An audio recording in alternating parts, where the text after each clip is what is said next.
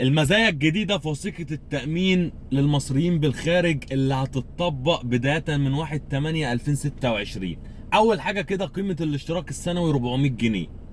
التأمين في المزايا الجديدة تعويض يصل ل 100,000 جنيه حالة الفصل التعسفي. تاني حاجة، تعويض يصل ل 250,000 جنيه في حالة لا قدر الله العجز الكلي. تالت حاجة في المزايا الجديدة، وثيقة التأمين بتغطي لا قدر الله نقل الجثمان من الدولة اللي انت موجود فيها لحد لما يوصل مصر، شامل كل حاجة.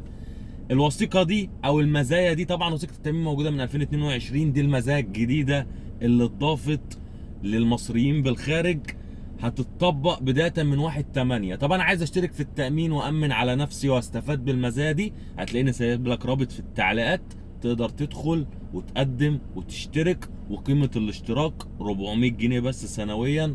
الله يحفظ مصر ويحفظ المصريين، وتحيا مصر.